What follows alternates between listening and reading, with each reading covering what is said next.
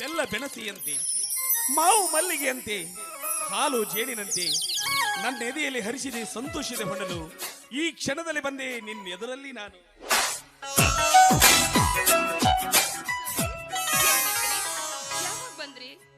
ಈಗ ತಾನೇ ಬಂದೆ.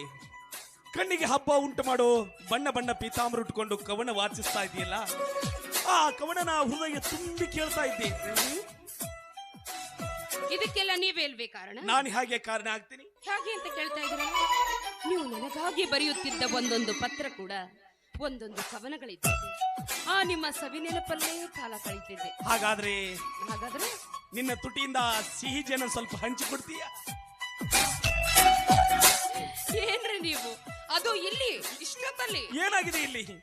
ಪ್ರಶಾಂತವಾದ ಸ್ಥಳ, ಹಕ್ಕಿಗಳ ಚಿಲಿಪಿಲಿ ಕಲರವ, ಚಿಗುರು ನಿಂತ ಮಾಮರದ ಕೋಗಿಲಿನ ಧ್ವನಿ ಇಂಪಾಗಿ ತೇಲಿ ತೇಲಿ ಬರ್ತಾ ಇದೆ. ಜಿಂಕೆಗಳು ಭಿನ್ನಾನ ಆಡ್ತಾ ಇವೆ, ನವಿಲುಗಳು ಗರಿಬಿಚ್ಚಿ ಕುಣಿತಾ ಇವೆ.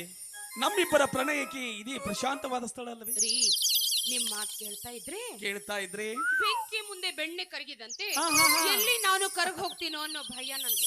ನನ್ ಚಿನ್ನ, ಬೆಣ್ಣಿನ ಒಯ್ದು ಬೆಂಕಿ ಮುಂದೆ ಇಟ್ಟಾಗಲೇ ತಿನ್ನೋದಕ್ಕೆ ಸಿಹಿಯಾದ ತುಪ್ಪ ಸಿಗೋದಲ್ಲವೇ? ಅಯ್ಯೋ, ಮಗು ಬಂದ್ಬಿಟ್ರೆ? ಸುಮತಿ, ಮಗು ಸ್ಕೂಲ್ ನಡೆಯೋ ಸಮಯ. ಮಗು ಈಗೇಲಿ ಬರ್ತಾನೆ? ಮಗುನ ಹೆಸರಲ್ಲಿ ಸದ್ದಾಯಿಸ್ತಾ ಇದೀಯ ನನ್ನ? ಇಷ್ಟು ದಿನ ಸಿಗದೆ ಇರೋ ನಿಮ್ಮ ಪ್ರೀತಿನ ಅಸಲು ಬಡ್ಡಿ ಸಮೇತ ವಸೂಲಿ ಮಾಡಿ. ನನ್ ಚಿನ್ನ,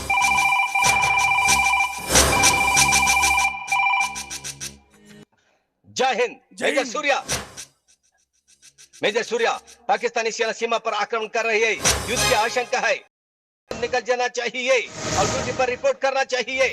You have been made the commander of this army mission. You should go immediately. जय हिंद। जय हिंद। Yes sir।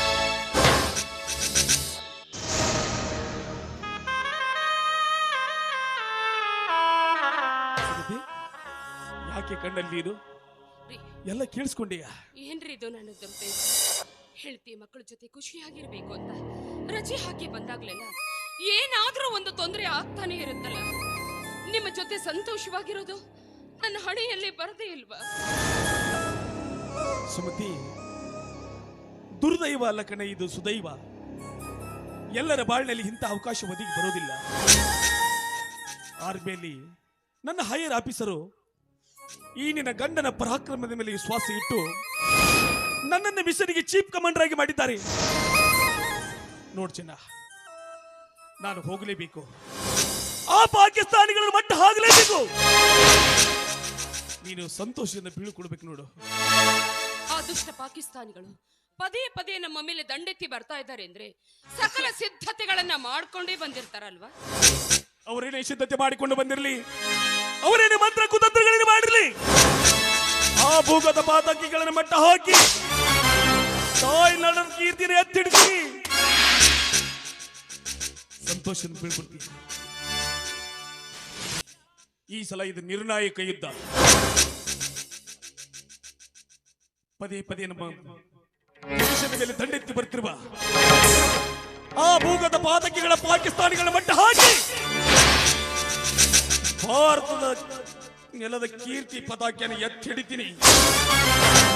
ಒಂದು ವೇಳೆ ಯುದ್ಧ ಅಂದ ಮೇಲೆ ಸಾವು ನೋವು ಸೋಲು ಗೆಲುವು ಎಲ್ಲವೂ ಇರುವುದು. ಯುದ್ಧದಲ್ಲಿ ವೀರ ಸ್ವರ್ಗವನ್ನೇನಾರದು ಸೇರಿದರೆ ಈ ಪಾರ್ಥಿವ ಶರೀರದ ಮೇಲೆ ಭಾರತ ಧ್ವಜವನ್ನು ಹೊತ್ತು ತರ್ತೀನಿ. ಒಂದು ಮಾತ್ರ ಸತ್ಯ, ಈ ಪುಣ್ಯ ಭೂಮಿ ಮಮ್ಮಿಗೆ, ಈ ಸಮನಹಳ್ಳಿ ಗ್ರಾಮಕ್ಕೆ ಇಂಡಿಯನ್ ಫ್ಲಾಗ್ ಬರೋದಂತ್ರ ಸತ್ಯ ಸತ್ಯ ಸತ್ಯ. ನೀನು ಸಂತೋಷದಿಂದ ಕಳಿಸಿಕೊಡ್ಬೇಕು ಚಿನ್ನ. ಬೋಲೋ ಭಾರತ್ ಮಾತಾ ಕಿ, ಬೋಲೋ ಭಾರತ್ ಮಾತಾ ಕಿ.